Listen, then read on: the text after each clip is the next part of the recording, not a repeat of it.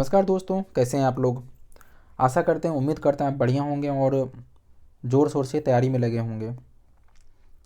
देखिए, क्योंकि आपका कुछ कुछ आगामी एग्ज़ाम भी होने वाला है। अगर आप इस बार रेलवे का एग्ज़ाम दे रहे हैं तो आप अच्छी बात है, ढंग से इसको तैयार कर सकते हैं। या फिर बिहार दरोगा भी है, बीपीएससी एग्ज़ाम भी है, तो ये सभी के लिए एक बढ़िया मौका है। खैर, बिहार दरोगा तो जस्ट ही हो जाएगा ये दिसंबर में ही, लेकिन ये दो एग्ज़ाम के लिए आपके पास बढ़िया मौका है इसको तैयार करने का। तो चलिए स्टार्ट करते हैं। और बाकी इसका इसका जितने सारा पिछला वीडियो था, आप उम्मीद करते हैं कि आप उसे देख लिए होंगे। नहीं देखे हैं तो आप से रिक्वेस्ट है कि आप जाके ज़रूर देखें, क्योंकि अगर आप ये वीडियो देख रहे हैं तो आपके पास लूसेंट तो कई दिनों से पड़ा होगा, कई सालों से, कई महीनों से आप लेके रख लिए होंगे, लेकिन कमांड करना या फिर कमांड करते होंगे भूल जाते होंगे। तो उन सभी जो कठिनाई आ रही है याद करने में, इसको पढ़ने में, तो उन सभी जो तरीका होता है जो पढ़ने का, कैसे लंबे समय तक याद रखें, उन सभी को हम लोग पढ़ाई के साथ साथ, कवर करने के साथ साथ उन सभी फैक्टों को भी कवर करते चलेंगे। तो चलिए शुरू करते हैं। इस्लाम धर्म के संस्थापक कौन थे? हज़रत मोहम्मद साहब थे। कौन थे? इस्लाम धर्म के संस्थापक हज़रत मोहम्मद साहब थे। उनका जन्म कब हुआ था? 570 ईस्वी में मक्का में हुआ था। कहाँ पे? मक्का में, कुरैश कबीले में।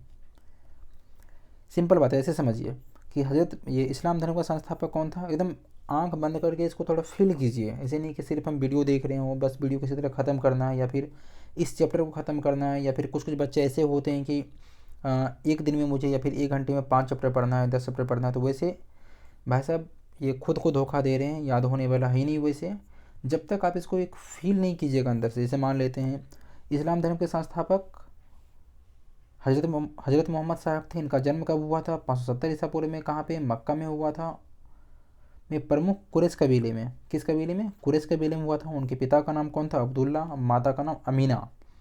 लेकिन उसका पालन पोषण किसने किया था? अबू तालिब ने किया था। इतना सारा फैक्ट आपको एक बार में मुंह से निकलना चाहिए, ठीक है।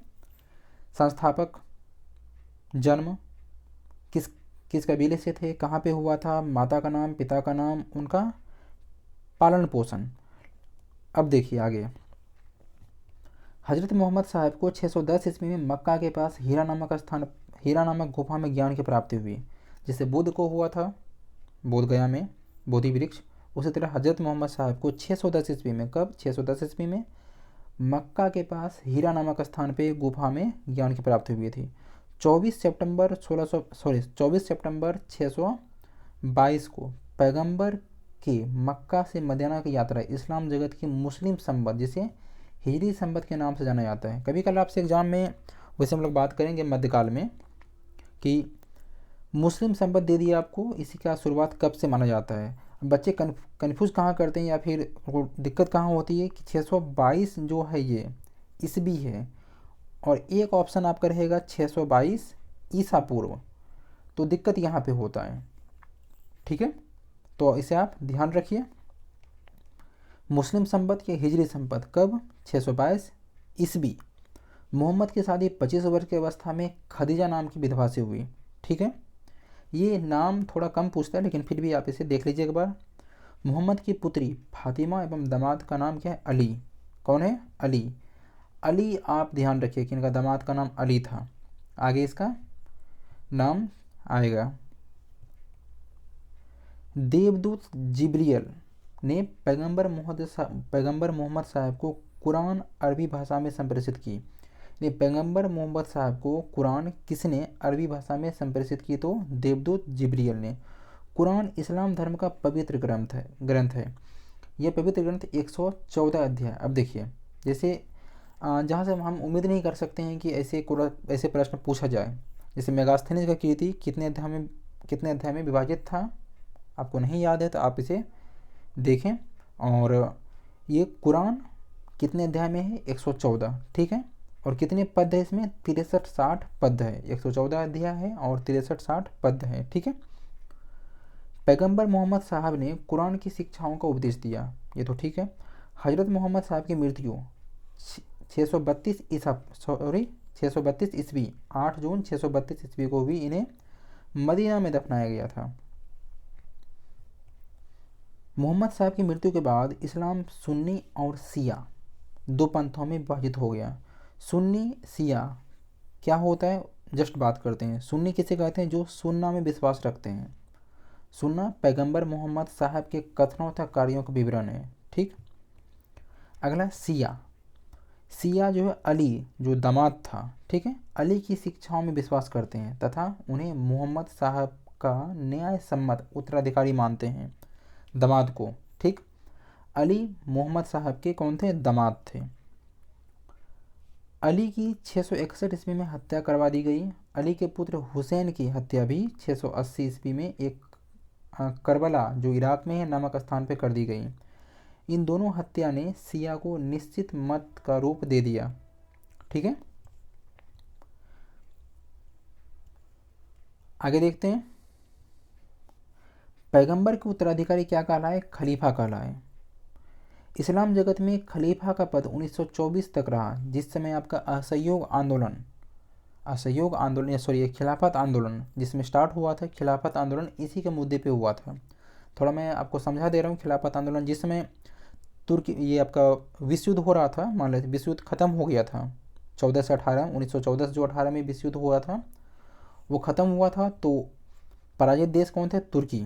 ठीक है, जो विजेता देश थे, जो प्रथम विश्व युद्ध जीते थे, जो मित्र राष्ट्र थे, उन्होंने तुर्की के खलीफा को खलीफा पद की समाप्ति की घोषणा किया। जाहिर सी बात है कि ये इंडिया के मुसलमान भी इनसे आध्यात्मिक भाव से जोड़ते थे।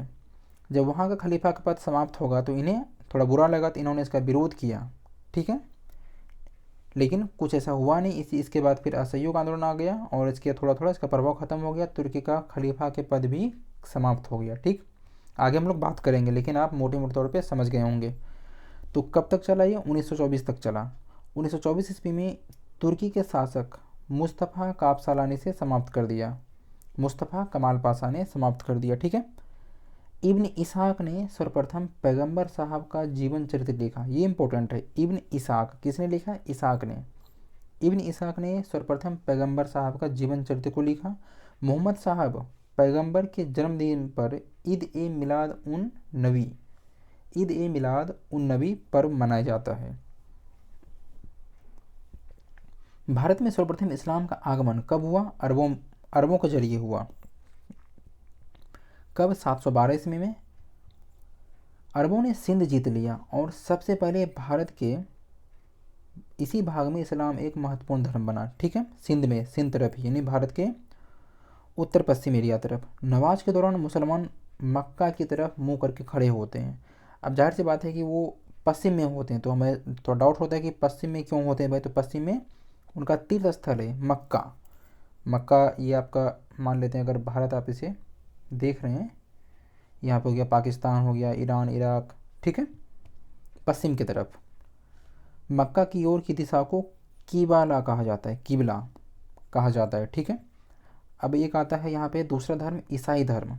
ईसाई धर्म के संस्थापक कौन थे, ईसा मसीह। कौन है, ईसा मसीह। इसके प्रमुख ग्रंथ का नाम क्या है, बाइबिल है। ईसा मसीह का जन्म कहाँ हुआ था, जेरूशलेम के निकट बेथलेहम नामक स्थान पे हुआ था। कहाँ पे, जेरूशलेम के निकट बेथलेहम, जो आज भी पूर्व मध्य के नाम से जाना जाता है। और वो इधर कुछ दिन पहले विवाद हुआ था इजराइल वगैरह में और हमास वगैरह में, तो आप इसे देख सकते हैं। ईसा के जन्मदिवस को क्रिसमस दिवस के रूप में मनाया जाता है, तो जल्द ही मनाया जाएगा। ईसा मसीह के माता का नाम मेरी और पिता का नाम क्या था, जोसेफ। ईसा ने अपने जीवन के प्रथम 30 वर्ष एक बढ़ई के रूप में बेथलेहम में एक नाजरेत में बिताए। कहाँ पे, बेथलेहम में नाजरेत में बिताए।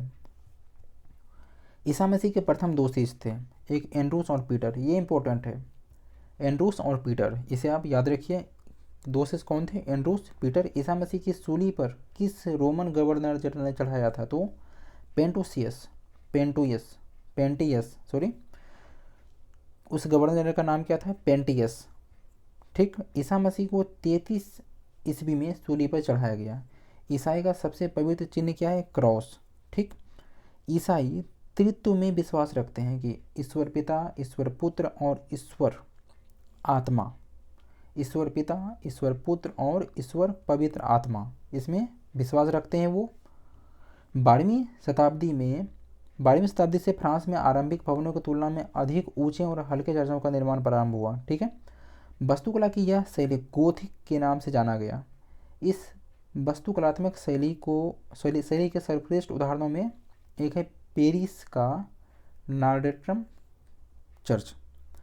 तो ये शायद ऐसे एग्ज़ाम में आपसे कभी कल पूछ दे कि ईसा मसीह का जो चर्च है वो किस शैली में बना है, तो ये गोथिक शैली में है। तो ऐसे, या फिर एक चर्च का नाम दे दिया जैसे नॉर्डेट्रम चर्च, ये कहाँ पे है, तो ये रोम में है, पेरिस। अब एक छोटा सा है पारसी धर्म। पारसी धर्म के पैगंबर जरथुस्ट्र ये ईरानी थे। कहाँ थे? ईरानी। पारसी धर्म का संकलन जिंदा अवस्था नामक ग्रंथ में है। एक बार मैंने एग्ज़ाम दिया था, शायद उसमें प्रश्न ये था कि पारसी धर्म से संबंधित उसका ग्रंथ क्या था, तो थोड़ा कन्फ्यूजन सा हो जाता है एग्ज़ाम में, तो मैंने इस क्वेश्चन को गलत करके आ गया। उसके बाद से मैं इस क्वेश्चन को कभी भूल नहीं सकता। तो आप भी थोड़ा इस बात को याद रखिएगा, ताकि एग्ज़ाम में थोड़ा कन्फ्यूजन सा होता है, प्रेशर होता है, आने जाने की परेशानी होता है, तो उसमें से कुछ जानते हुए क्वेश्चन भी गलत हो जाता है। तो इसे कैसे सही करें, खैर बात करेंगे हम लोग किसी दिन। क्या इसके शिक्षाओं का संकलन जो है जिंदा अवस्था नामक ग्रंथ में है, जो पारसियों का धार्मिक ग्रंथ है। इनकी मूल शिक्षा का सूत्र है सद्विचार, सद्वचन, सद्कार्य। सद्विचार, सद्वचन, सद्कार। इसके अनुयायी एक ईश्वर आहूर, यानी उसका नाम क्या है, अहूर को मानते हैं। जैसे मुसलमान हो गया अल्लाह, तो ये पारसी में अहूर। इसके धर्म के अनुयायियों को अग्नि पूजक भी कहा जाता है। क्या कहा जाता है? अग्नि पूजक। जितने सारे हम लोग धर्म पढ़े यहाँ पे, उसमें से एक बात तो कॉमन है भाई साहब की। एक बात अगर देखा जाए कि इसमें से सभी अपने अपने धर्म को अगर देखिए, इसमें से जो भी वीडियो देख रहे हैं आप अलग अलग धर्म से होंगे, तो खैर वो कोई मैटर नहीं करता, लेकिन जितने सारे धर्म 3-4 पढ़े यहाँ पे हम लोग, तो उसमें से आप ये अंदाज़ा लगाइए, जैन भी पढ़े हैं, बौद्ध भी पढ़े हैं, पारसी भी, इस्लाम भी, यहूदी भी, तो करीब करीब सब एक ही टाइप का, सब एक दूसरे के समानांतर ही है, किसी में कोई अंतर नहीं है। तो जो बस ये हमारे देश में, खासकर भारत जैसे देश में, धर्म के मुद्दे पे ये वो जो होता है, ये सभी गलत है, नहीं होना चाहिए। खैर ये सभी एक अलग मुद्दा है, पॉलिटिकल इशू है, खैर इसे देखा जाएगा। लेकिन आगे बात करते हैं मगध का उत्कर्ष। ये यहाँ से इम्पोर्टेंट हो जाता है कुछ ज़्यादा ही, आपको कुछ ज़्यादा इसके आगे मेहनत करना होगा, लेकिन हम लोग कर लेंगे साथ मिलके। इसे हम लोग एक अलग वीडियो में देखते हैं। तो जस्ट मिलते हैं अगले वीडियो में, तब तक के लिए नमस्कार।